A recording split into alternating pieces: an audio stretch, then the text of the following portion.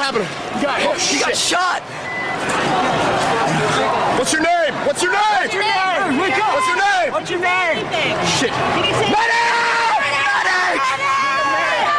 As you've seen throughout the month, it has been the unplanned and the unannounced which has been the fulcrum of every milestone in the Occupy movement. Saturday night, as a piece of tape we played earlier showed, when police clashed with protesters in Times Square, an American veteran of the war in Iraq stood up for the people behind the barricades. Why are y'all walking like there's a war going on? Nobody has guns! I'm in New York City. I am from New York City, and these cops are hurting people that I fought to protect. There's no reason for this. There's no honor in hurting unarmed civilians, and I won't let it happen. Sergeant Shamar Thomas is a Marine veteran, served 2 tours in Iraq, took part in Fallujah in the second battle. Comes from a military family. Both his parents are veterans. His father served in Afghanistan, his mother in Iraq. It's an honor to have you here, sir. Thank you. I appreciate it. Why'd you go to Times Square Saturday night, particularly wearing your medals and your uniform? I initially went to the protest on October 5th, and I saw the police brutality, and it made me want to get involved even more to, you know, the understanding that, you know, we have young men and women out here who are trying to inspire, you know, change. And so why wouldn't I want to be a part of that? Protesters didn't know what to do because obviously you were hitting a chord with these people. What were you trying to say? And obviously we have the quotes, we have the tape, we played it, but what was in your mind as you were, you know, expressing yourself in that vocal manner? Well, I've been to Iraq twice. I've been in, I was in a riot in Rupa, Iraq in 2004 where we had rocks thrown at us, and after the rocks were thrown, we didn't go beating up people and arresting people, you know what I mean? We kind of treated it with a level of humility, you know what I mean? And to have the cops beating, I saw, you know, a cop punching a woman in the face, you know, to see that in my own country, you know, my family fought for this country for people to have a right, and these people are peaceful. I haven't seen a video yet where I've seen them try to hurt the cops. So why are they using batons and sticks? Why are they in riot gear when nobody's trying to riot, you know? Did you have a sense at the time that they were listening to you? Oh, I know for sure they were listening to me. I have no doubt in my mind that they were listening to me. I had the fire in my gut, you know, so to speak. Like they knew what I meant. You know, I've been to, you know, on over 50 combat missions, so the intensity is there. They know that I'm telling the truth, you know. They know in their hearts what, you know, what I'm saying is right. And it seemed like you were a cold bucket of water against their sort of fevered, what's going to happen now thing, because you actually been in the real thing where it was life and death, and this was not it. And that was what you're trying to get to them? It's a time and place for things, you know. It wasn't. When the situation arises where the crowd starts getting frantic, that's when it's time to say, you know what, the crowd is getting frantic. When people are just shouting, you know, we are the 99%, come join us, these are not, you know, chants that incite violence, you know what I mean? So why, you know, the riot police were in form, just walking, marching up and down the street like, you know, like it was a battle going on, and I've been in battle. It was no battle going on. Right. You know? The other side not only didn't have weapons of any kind, they didn't have the rocks yet. They're not no even, rocks. There's no stage at that point.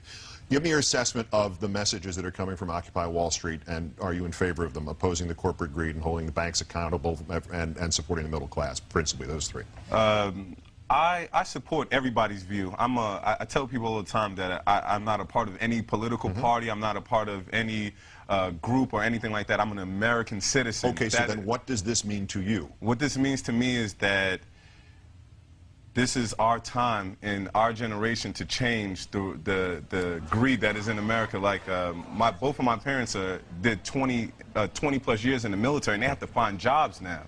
And it's like, I recruited for the Marines for 4 months, and it's like I taught kids to come join the Marines. So it's like, come join the Marines, and then what are you going to do after you get out of the Marines? You know what I mean? So it's like there's no, you know, there's no place for us to go now. You know what I'm saying? So is there a place, do you think, in Occupy, in the entire movement, in the protest movement that's beginning in this country, for veterans' rights, and particularly recent veterans' rights, to be addressed? Should there be some more attention paid to this fact? Well, that's the whole thing with the uniform. Sure. That's what I tell people. Like, you know, I want to inspire the veterans to come out, because a lot of veterans have this thing where they don't want to speak against the government. They're so, you know, trained, like, oh no, if I speak, you know, speaking against the government is wrong. You know what I mean? Because we have a chain of command. You know. But Yeah. I don't think it's about a chain of command. It's about a way of life. You know, you understand what I'm saying? So Chain of command goes both ways. Sergeant Shamar Thomas, U.S. Marine Corps, whose mother, father, grandfather, and great-grandfather also served this country through Iraq and Afghanistan and Vietnam and World War II. Yes. Great thanks to you for your service, to them for their service, and spectacular work on Saturday night. Thank you. And thanks for coming in here.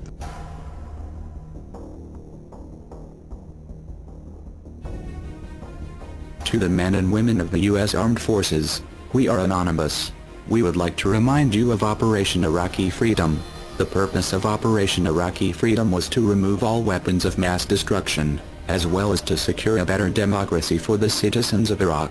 In the process of securing that democracy, it meant the protection of Iraqi citizens from an unjust government, until the political regime changed for a better democracy.